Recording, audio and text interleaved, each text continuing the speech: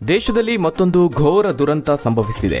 ಉಪಮುಖ್ಯಮಂತ್ರಿ ಅಜಿತ್ ಪವಾರ್ ಅವರು ದುರ್ಮರಣವನ್ನಪ್ಪಿದ್ದಾರೆ. ಮಹಾರಾಷ್ಟ್ರದ ಉಪಮುಖ್ಯಮಂತ್ರಿ ಮತ್ತು ಎನ್ಸಿಪಿ ನಾಯಕ ಅಜಿತ್ ಪವಾರ್ ಅವರ ಚಾರ್ಟರ್ ವಿಮಾನ ಅಪಘಾತಕ್ಕೀಡಾಗಿ 6 ಮಂದಿ ಬಲಿಯಾಗಿದ್ದಾರೆ. ಬಾರಾಮತಿಯಲ್ಲಿ ಅಪಘಾತಕ್ಕೀಡಾದ ಡಿಸಿಎಂ ಅಜಿತ್ ಪವಾರ್ ಸೇರಿ 6 ಮಂದಿ ದುರ್ಮರಣ ಹೊಂದಿದ್ದಾರೆ ಅಂತ ವರದಿಯಾಗಿದೆ.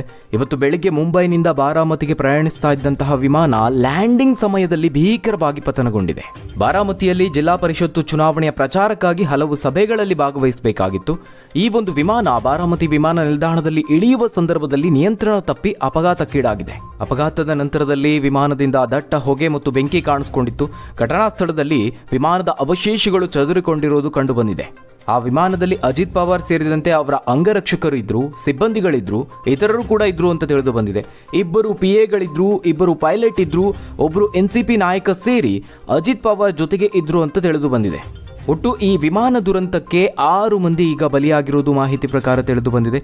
ಮಹಾರಾಷ್ಟ್ರದ ರಾಜಕೀಯ ವಲಯದಲ್ಲಿ ಈ ಒಂದು ಸುದ್ದಿ ಈಗ ತೀವ್ರ ಆಘಾತವನ್ನುಂಟು ಮಾಡಿದೆ.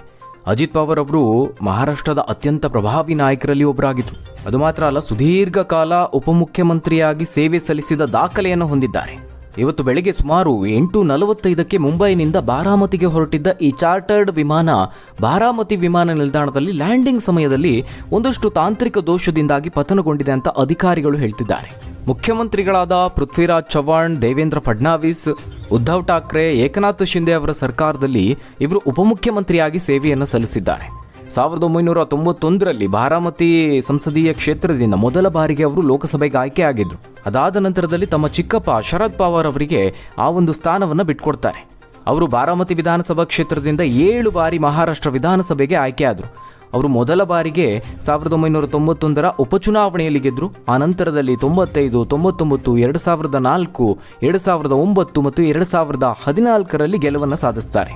ನವೆಂಬರ್ 2019ರಲ್ಲಿ ಎನ್ಸಿಪಿಯಲ್ಲಿ ಒಂದು ಒಡಕು ಮೂಡುತ್ತೆ. ಹೀಗಾಗಿ ಭಾರತೀಯ ಜನತಾ ಪಕ್ಷದ ನೇತೃತ್ವದ ಸರ್ಕಾರವನ್ನು ಸೇರ್ಕೊಂಡಂತಹ ಅಜಿತ್ ಪವಾರ್ ಅವರು ಉಪಮುಖ್ಯಮಂತ್ರಿ ಆಗ್ತಾರೆ. ಫೆಬ್ರವರಿ 2024ರಲ್ಲಿ ಚುನಾವಣಾ ಆಯೋಗ ಅಜಿತ್ ಪವಾರ್ ನೇತೃತ್ವದ ಬಣಕ್ಕೆ ಪಕ್ಷದ ಹೆಸರು ಮತ್ತು ಚಿಹ್ನೆಯನ್ನು ಕೊಡುತ್ತೆ.